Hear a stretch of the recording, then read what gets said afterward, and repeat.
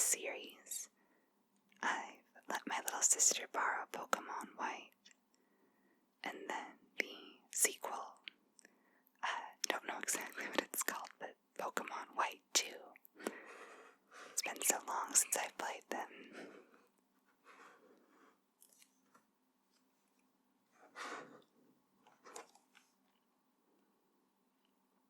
The first game here is Pokemon Soul Silver. Prepare for thrilling new adventures as legendary Pokemon awaken. Explore the Johto region as you catch, train, and battle with your favorite Pokemon by your side. Turn the tides, call forth the legendary Pokemon.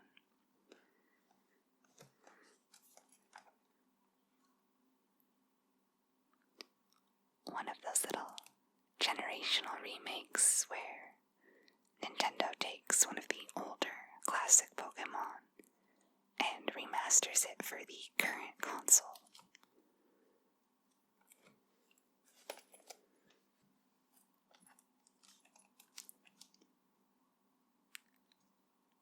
Next, we have Pokemon Platinum. Another world has emerged in the Sinnoh region. A world where time and space are altered. Catch, train, and battle your favorite Pokemon, and discover ancient mythical Pokemon in this exciting new adventure. Piplup, one of my favorite starters. I adore the old DS and Game Boy era of Pokemon games with their super charming pixel art. Something so nostalgic about it. I do like the pretty 3D modeled 3DS ones, but I don't know, I kind of miss the chunky pixel art sometimes.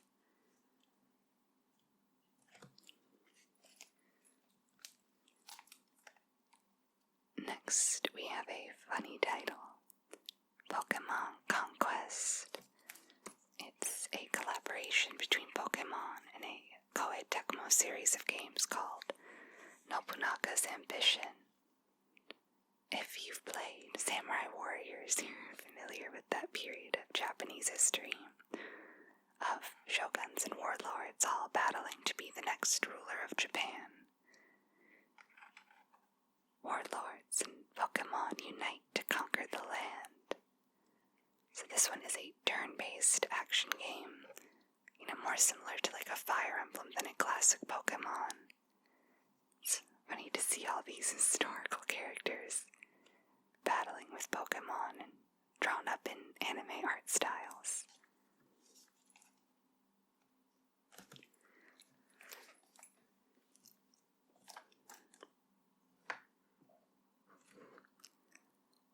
Pokemon Mystery Dungeon, Explorers of Sky. The Pokemon Dungeon games are a cute series where you play as actual Pokemon in more of a dungeon crawler style game. I don't know if they ever really took off as being quite popular, but this one was certainly fun and cute playing from the Pokemon's perspective in a world without humans. Be a Pokemon and experience the world in a whole new way. Learn more secrets of time and darkness. Journey with your friends on remarkable adventures to save the world. The dungeons are randomly generated, as a lot of dungeon crawler roguelike games are. If I remember correctly, you have to do a little questionnaire at the beginning to see what Pokemon you'll be. Shaman, Pikachu, and Charizard.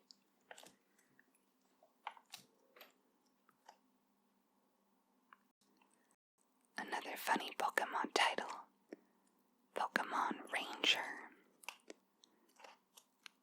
Capture on, with the help of Pokemon, set out on a fun-filled adventure. You play as a Pokemon Ranger in the Fiore region and work to preserve nature and protect Pokemon.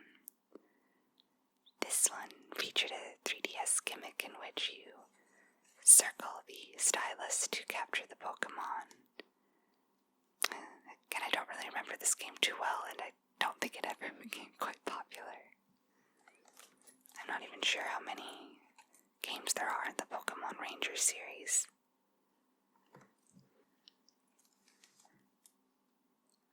Next, we'll go through my Kirby games, and this one being one of my all-time favorites. Kirby Squeak Squad.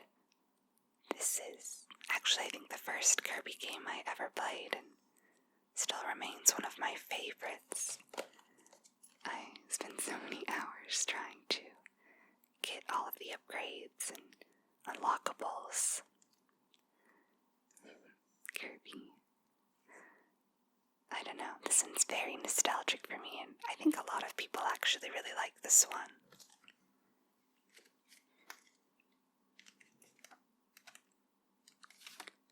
Just wanted to at least show one manual, the cute mice characters that you battle. So nostalgic to see a fun, colorful manual with cute game artwork. Such a thing of the past.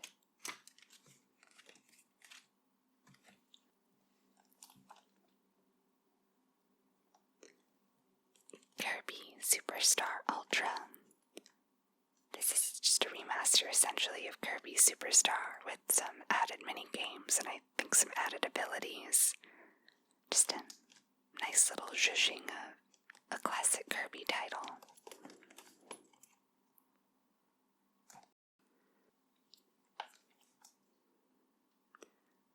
Now, this Kirby title I don't think is anyone's favorite except mine. Mainly due to probably my nostalgic feelings around it. So, I first played the demo of this game at my first PAX I ever went to. I went with some friends, but they decided to wait 3.5 hours in line to play Skyrim. Just to play like 10-15 minutes, versus I went and played all the games available in the Nintendo area. Back before you had to wait hours just to get a ticket to wait in line for a Nintendo game at PAX. I got a cute I got a cute shirt for completing this game's demo, and ate lots of Kirby cotton candy. Just pink, round, fluffy cotton candy. So this is Kirby Mass Attack. The only game I can liken this to is like Loco Roco or possibly Pikmin, in which that you, the player, are controlling a mob of large enemies, or a large mob of small enemies, to attack and solve puzzles. More Kirbys, more power. Gather a mob of Kirby characters, then lead them on a crazy adventure where nothing can stand in your way. Just a funny, quirky Kirby title that tried to do something different. I enjoyed it.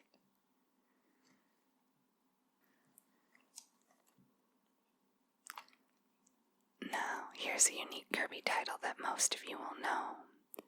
Kirby Canvas Curse, another gimmicky 3DS title in which you use the stylus for the majority of the gameplay. Do you have the magic touch? Your DS stylus has been infused with the power to paint.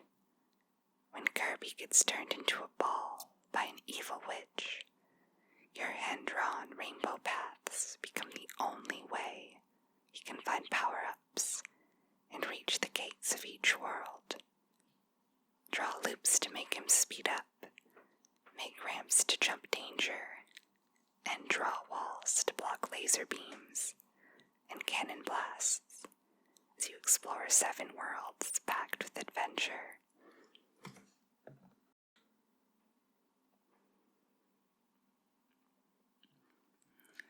As you can see here, you're essentially directing Kirby and controlling everything for him as he goes continuously. Now for a couple miscellaneous titles.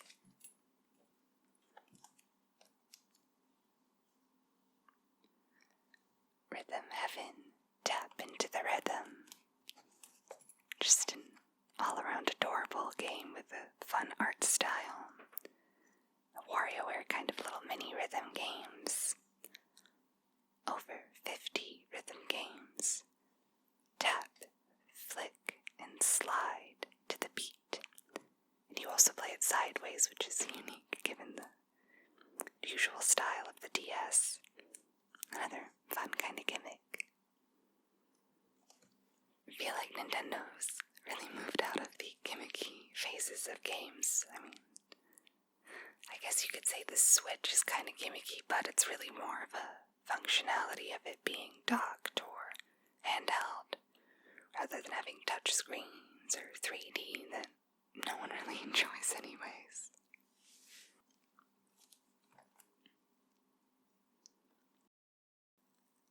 Animal Crossing Wild World. The first handheld Animal Crossing game.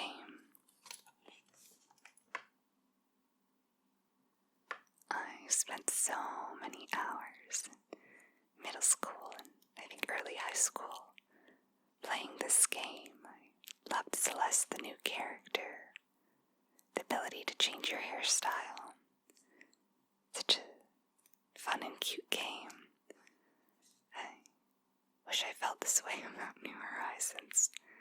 I don't know, maybe I'm just jaded, but it's missing the charm that a lot of the older ones had for me, even when they were more simplistic like this.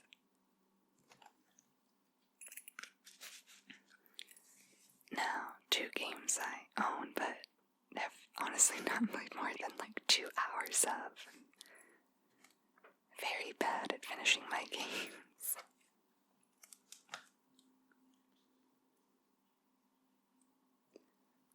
Chrono Trigger, classic RPG. I always try playing it but then get distracted by a new game, but I promise to beat it someday.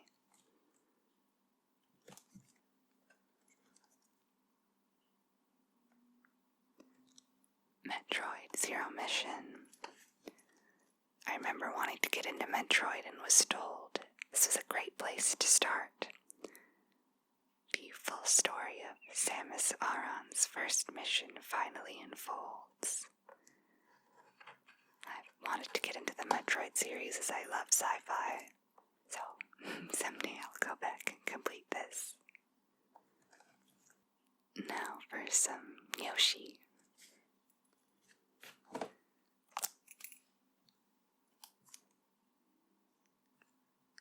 Yoshi's Island, DS.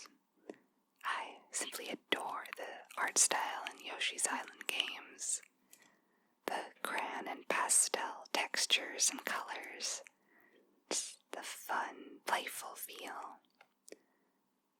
Saddle up for adventure. Yoshi's back with a knee-high entourage. Everything about this game just feels like a warm hug. Except for the shrieking babies.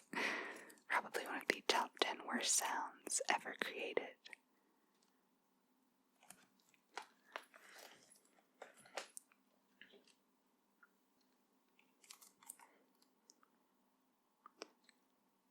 And now for a gimmicky Yoshi game. Yoshi Touch and Go. I swear reading somewhere that this was essentially a tech demo that they just decided to package as a full game. There's really no end goal, you're just moving Yoshi along as far as you can go and seeing if you can do better each time. He's always moving forward and you're drawing his path to either have him attack enemies, move around obstacles, etc., go over gaps, similar to Canvas Curse. Ready, set, touch, and go. With countless perils waiting in the air and on the land, it'll take a golden touch to lead Yoshi through his latest and greatest adventure. It's fun to kind of show off how the DS stylus works, but not really much of a full game experience otherwise.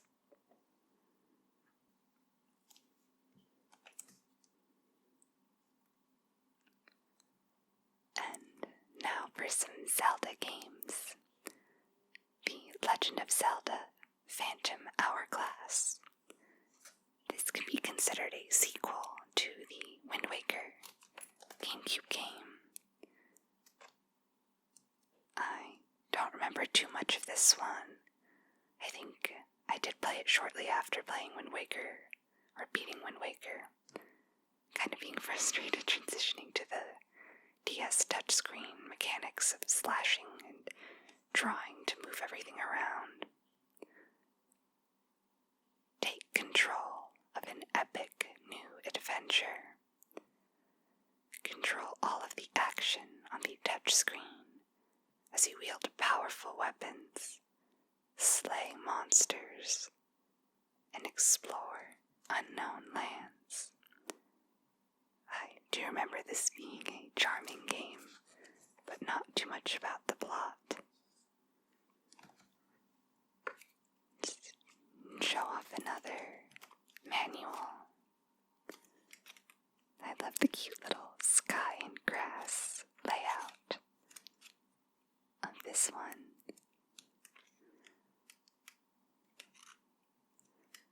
Must have been a fun job doing the graphic design and layout for these. Always love the abandoned note section. I don't know if anyone ever really wrote in these, but maybe one of you have.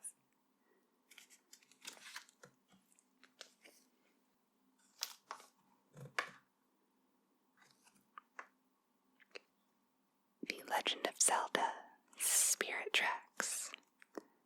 Now, contrary to popular opinion, I actually love this one.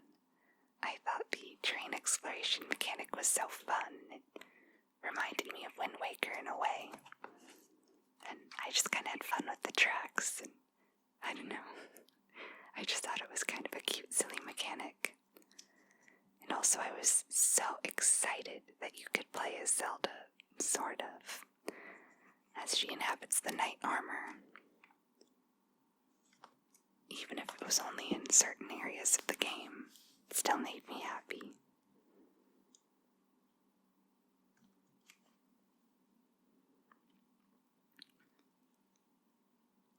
Join Link and Zelda in an all-new adventure. Spirit tracks have long protected the kingdom from evil. When they start disappearing mysteriously, Link, TM, and Zelda, TM, copyrighted, must travel the land together to restore them and keep the dark forces at bay. There was a lot of cute characters in this one. There was like a new race of little snow-dwelling creatures and fluffy coats that I really liked. And I just overall thought it was a charming entry for the Zelda series.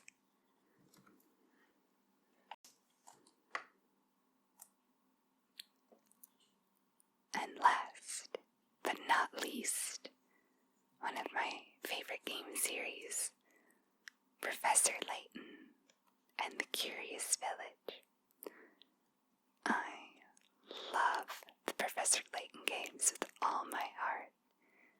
I have such happy memories attached to them. The first few would always come out in the summer right before class started, or school started, and I would play them in those last few summer weeks, enjoying the sun and enjoying some puzzles. The art style is like no other, extremely charming and so unique. colors and just the whole package is just so, I don't know, just adorable and gives me good vibes. In the curious village of Saint Mystere, townsfolk greet each other with brain teasers, lock their doors with sliding puzzles, and hide their secrets in mazes. When the Baron's last will reveals a treasure hidden in the village, it's up to the puzzle master, Professor Layton, to crack the case. Fully voiced movies, lush music, and charmingly eccentric characters bring the tale of Saint Mystere to life. I love the voice acting in these games. Professor Layton's British, yet not really British accent. All the goofy puzzles, some of them so hard, some of them just frustrating, but most of them quite fun. They're just fun little mystery stories that always have a twist. This is the first installment.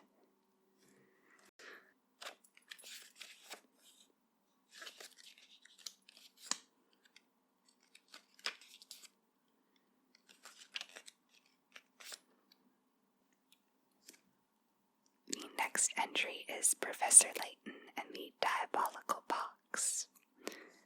Another fun installment. A brain-twisting mystery. In the world of Professor Layton, puzzles hide in every corner. When the professor's mentor is mysteriously murdered, the only apparent clues are a ticket to the Molantari Express and rumors of a cursed artifact. Test your wits in this sprawling, mind-bending adventure. This one had a really cute mechanic where you had a tea set that Professor Layton had, and some characters would request different kinds of teas, but you had to make sure you brewed them correctly. Let me see if it mentions it in the manual. All of the DS Professor Layton games had these fun kind of mini games that were there. Here's your train ticket. Let's see. Oh, here we go. The tea set. There's also a photo function. One of them has almost like a tiny Sims kind of game. I think one has like a hamster track game where you're building like little mazes for him. I'll have to open up those manuals to see.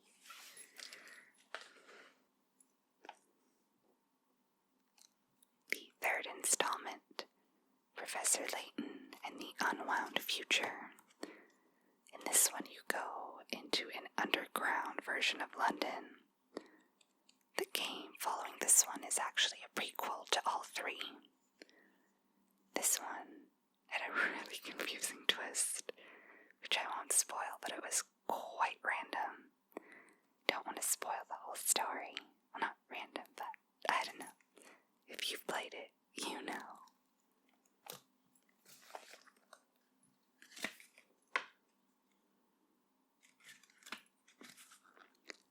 The cinematics in these games were always lovely, and I'm surprised they put so much effort into putting something in like that on the DS.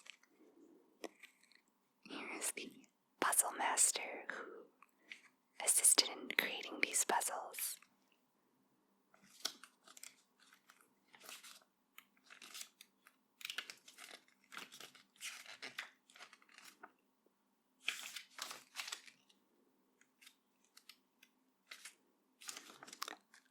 Here's one of the mini games. It's a picture book. You fill in the blanks with appropriate stickers that you collect to complete the story. On the little toy car, here we go. You had to navigate it to, I think, what is it? Either pick people up or in different conditions you have to satisfy. obstacles and creating the proper track.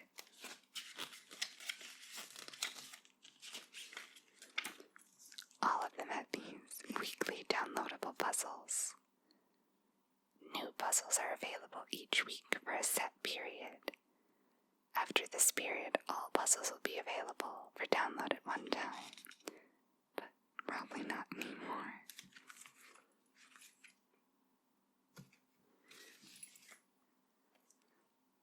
In the last DS, Professor Layton, before they moved to the 3DS, and in my opinion, much uglier 3D rendered art. There's something so cute about the flatly rendered artwork, I don't know, just more detail and texture. And something about seeing the very geometrically shaped characters looked honestly kind of uncanny in 3D when they could move around. Professor Layton in the last Spectre. Luke is a much younger boy. This is the first time they meet. The first chapter in the Layton saga. An astounding variety of puzzles. See the beginning of it all. Solve the puzzles to unravel the mystery of the last Spectre.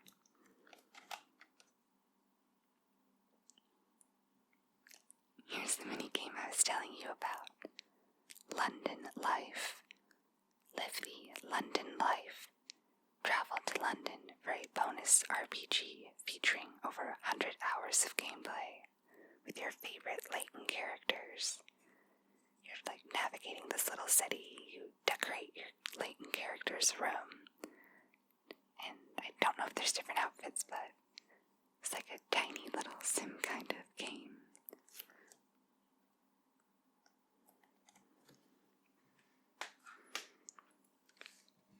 Well, thank you for taking a blast to the Nintendo past with me and looking through my DS collection. Basically all Nintendo titles, really. It is the DS. So mostly, Kirby, Mario licensed Nintendo characters, and mostly cute games, but they're all favorites for the most part. Thank you so much for joining me, and I hope you have a wonderful day or evening, and I'll see you in the next video. Bye-bye.